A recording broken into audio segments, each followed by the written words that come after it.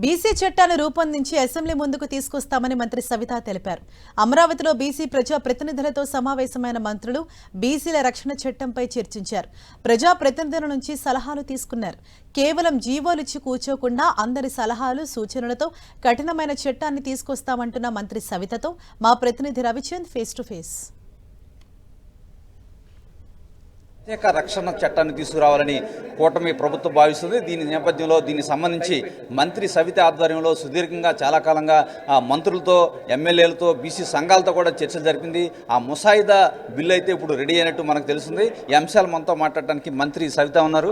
మీ ఆధ్వర్యంలో బీసీ రక్షణ చట్టానికి సంబంధించి వేగంగా అయితే చర్యలు ప్రారంభించినట్టు తెలిసింది. ఈ రోజు మీటింగ్లో ఎటువంటి నిర్ణయాలు తీసుకున్నారు? ముఖ్యమంత్రి చంద్రబాబు నాయుడు గారు మరి మనకు మేనిఫెస్టోలో బీసీ రక్షణ చట్టం అమలు పరుస్తామని చెప్పాము.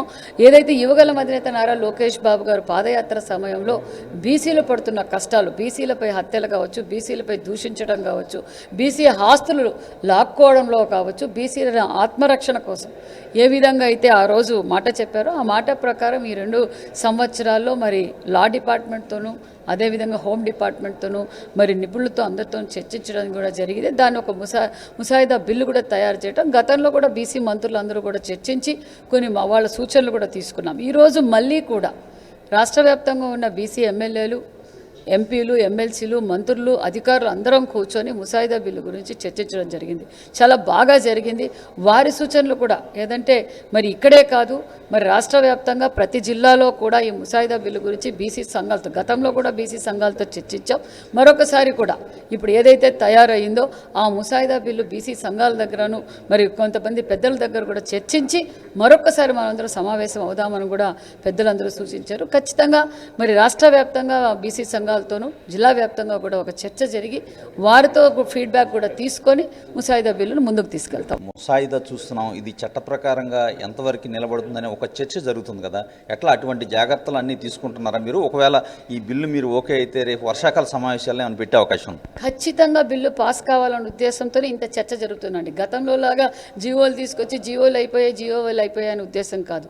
ఇక్కడ ప్రజాప్రతినిధులతో చర్చిస్తున్నాం, తర్వాత ప్రజా సంఘాలతో చర్చిస్తాం, ప్రజలతో కూడా చర్చించి వారు ఏవైతే ఫీడ్బ్యాక్ ఇస్తారో దాన్ని అమలుపరచాలని, ఇప్పుడు మేము ఏదైతే అమలుపరచాలనుకున్నామో అవన్నీ అమలుపరుస్తున్నాం. ఖచ్చితంగా దీన్ని కూడా అమలుపరచాలన్న ఉద్దేశంతోనే ఒక నిబద్ధతతో ఈరోజు ముసాయిదా బిల్లు రెడీ చేస్తున్నాం. యాజ్ ఎర్లీ యాజ్ పాసిబుల్ తీసుకొస్తాం. Okay, thank you madam. అయితే మంత్రి సవిత ఆధ్వర్యంలో కీలక సమావేశాలు అయితే తరచుగా జరుగుతున్నాయి. ఎట్టి పరిస్థితుల్లో కూడా వీలైనంత త్వరలోనే ఈ చట్టాన్ని చేసి ఇది చట్టం అమలు చేసి తీరుతాం. లీగల్ కాంప్లికేషన్స్ లేకుండా కూడా అన్ని చర్యలు తీసుకుంటున్నాం. రాష్ట్ర వ్యాప్తంగా కూడా బీసీ సంఘాలతో చర్చిస్తున్నాం. మంత్రులు కావచ్చు, ప్రజాప్రతినిధులతో నిరంతరం చర్చించి ఎటువంటి లీగల్ ప్రాబ్లం లేకుండా ఈ బిల్లుని పెట్టాలని చెప్పి నిర్ణయించుకున్నామని చెప్పి మంత్రి సవిత చెబుతున్నారు. కెమెరా పర్సన్ వెంకటేష్తో రవిచంద్, 10 టీవీ, విజయవాడ.